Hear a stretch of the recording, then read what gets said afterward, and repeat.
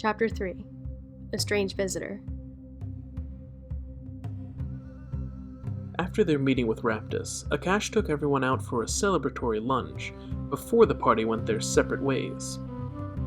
Kasumi was the first to arrive at the Purple Lantern, where a strange woman bought him a drink. Suspicious of this newcomer, Kasumi confronted her, learning her name was Nanako. Though she appeared Minzokan, her accent was strange and she gave no family name. She informed Kasumi that she was searching for the sage Mufuz, and had heard that he had disappeared with the party's property. Since his own investigations had turned up nothing so far, Kasumi was willing to add an extra set of eyes to the search for Mufuz. Being a bounty hunter of sorts, Nanako offered her services to the party. Still unsure of this strange woman, Kasumi waited with her for the rest of his party to arrive. Next to return was Mezi, which led to Nanako questioning why she was in the city. Sitara's arrival drew Nanako's attention even before their introduction, as she could have sworn she had seen the captain's hat somewhere before. Once Akash joined them, the party shared with Nanako what they knew of Mufuz and their dealings with him. Nanako recognized their description of the Mon, admitting she had learned of the symbol on it from her mother, though she seemed guarded when questioned further. Though some of the party discerned that this bounty hunter knew more than she was willing to divulge, they decided to explore possibilities to track down Mufuz. Akash would look into his connections in the northeast side of the city, as that was the direction Nanako believed Mufuz was taken, and she would follow up on any leads they found. Deciding to investigate her new companions more thoroughly, Nanako visited Akash's shop the next day. Seeing the insignia on her gloves, he noticed it matched that of the Mon. When he inquired about them, she explained that they were from her mother, an heirloom of sorts. They decided to revisit Mufuz's shop in case Nanako could find something they had overlooked. Afterwards, Akash recommended they start their inquiries about the Sage at the Exalted Wind, a tavern that served as a meeting place for the well-to-do in the northeastern side of town. Kasumi arrived, joining the conversation briefly before Nanako departed. Upon Kasumi learning that Nanako's mother's gloves bore the symbol of the Mon, he was more than a little perturbed, but Akash put his mind at ease with the knowledge that Nanako did not seem to recognize her heritage. Convening at the Purple Lantern, the party inquired about the connection between the Mon and Nanako's family, leading to some tension when Nanako revealed she had recognized the symbol of her mother's clan.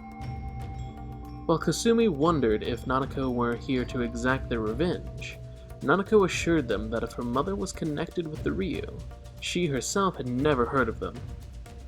Her mother, who had raised her on the Isle of Ash, did not speak of her family, and Nanako knew nothing other than the symbol on her gloves. Deciding to trust Nanako for the time being, Kasumi suggested a test of her abilities, and those of the gloves. They relocated to a safer location to conduct these tests, which consisted of Nanako punching Kasumi repeatedly. Though Akash detected nothing mystical about the gloves, Kasumi did discover firsthand that Nanako knew how to throw a punch. After demonstrating her prowess, she invited the party to watch her fight in a competition that evening. Deciding it would be best for Nanako to take a look at where he was last seen, the party headed over to Mufuz's abode and spoke with Khurshid. He let the party back into Mufuz's rooms, though they discovered little else about Mufuz or what might have happened to him. While sifting through his religious scrolls and texts, they learned Nanako did not hold much stock in magic and believed the Mon was simply a family icon, much to Kasumi and Akash's amusement. As Nanako searched the study, she discovered the wall behind one of the bookshelves was hollow. Khurshid explained to her that there had originally been a staircase between the basement and the main floor of his shop, which he had closed off at Mufuz's request in order to respect his tenant's privacy. Unconvinced, Nanako insisted on knowing what was in the stairwell. Khurshid nervously agreed to show them while Nanako delivered barely veiled threats should he refuse. Adjoining upstairs, Khurshid left the party in the shop to go in the back to open up the stairwell. It was not long before the party's suspicion that trouble was afoot overcame their patience.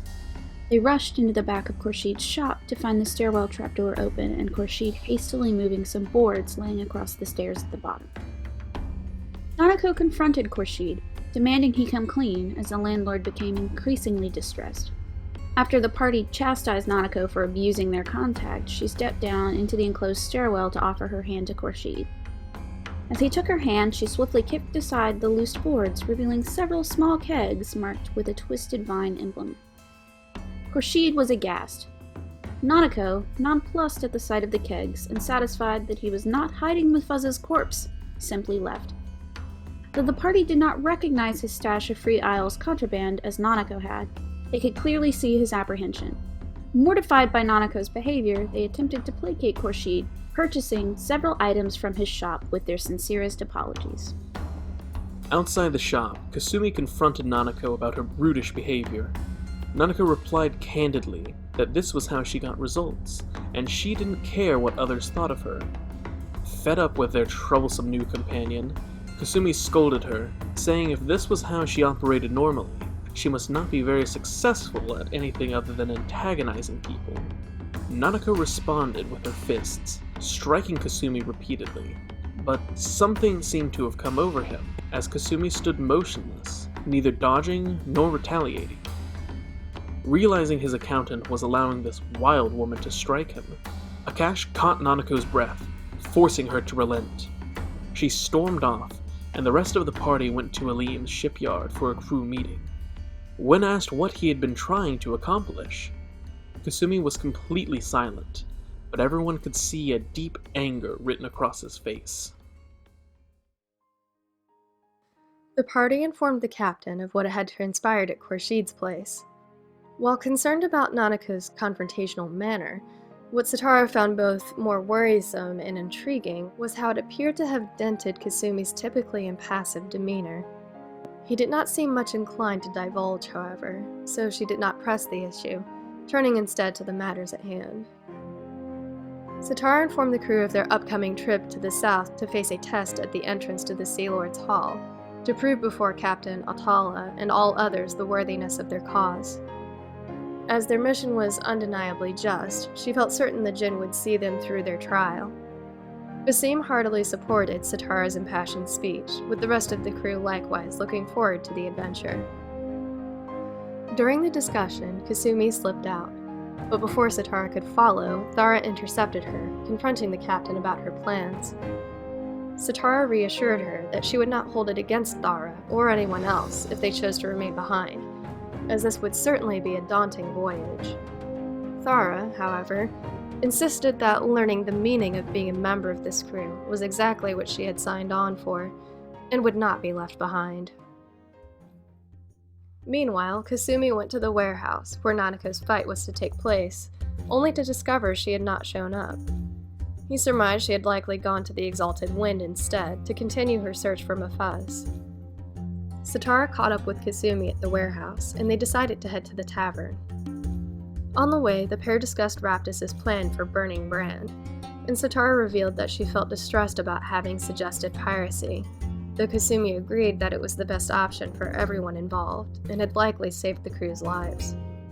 When Sitara inquired about his conflict with Nanako, Kasumi explained he did not look kindly on those who displayed such thuggish aggression towards innocent bystanders, acting just as low as a common criminal. Arriving at the Exalted Wind, Nanako walked in on a rapidly escalating argument between two patrons. Before their situation turned physical, however, an intimidating man stepped in, whose mere presence forced the two parties to reconsider and go their separate ways. Once the tension in the room dissipated, Nanako approached the man who seemed to be acting as the establishment's bouncer. Introducing herself, she explained she was in search of information on the whereabouts of the sage named Mufuz. Shaheen, as he was called, recognizing the name, indicated the sage was known among the circles who frequented the establishment. He was saying he had not heard anything about the sage being missing when his attention was drawn by a pair of newcomers at the bar. Nanako turned and immediately recognized what had distracted him. The hat was unmistakable.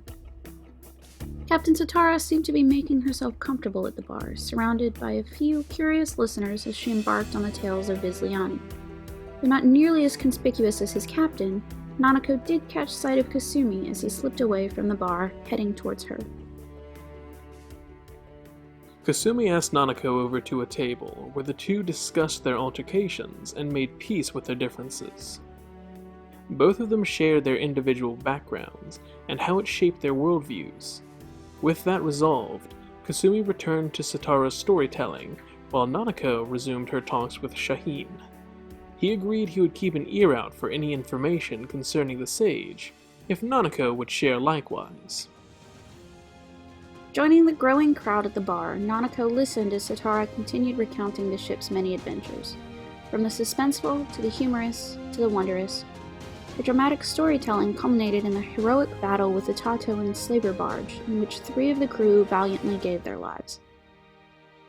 The room had fallen silent at the bittersweet conclusion of the epic tale. Misreading the audience, Nanako threw up her hands and cheered for Viz Leany, leaving the moved but somber crowd quite confused and Kasumi facepalming.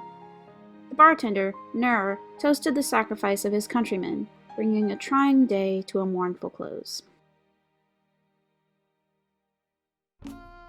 A couple of days later, Sitara went in search of Thara to give her a tour of Viz Leany, and found her already working in Aleem's shipyard. While Thara did not seem terribly familiar with the ship's workings, it was clear her stubbornness would not allow something so trivial as inexperience to stand in the way of her proving herself. Returning to the docks, Sitara and Thara discovered Jian looking on as Nanako and Mezi each sparred with Kasumi, and joined the Master of Arms in observing the match. Thara, seeming to recognize Nanako, began heckling her, calling her out as the opponent who had failed to show up to their scheduled match. The two squared off, with Nanako showing a significant size advantage over her scrappier opponent. Thara seemed to take the contest more seriously though, and it appeared the two were evenly matched until Thara caught Nanako attempting a feint and punished her for it. Nanako yielded, though it appeared she had earned Thara's respect over the course of the bout.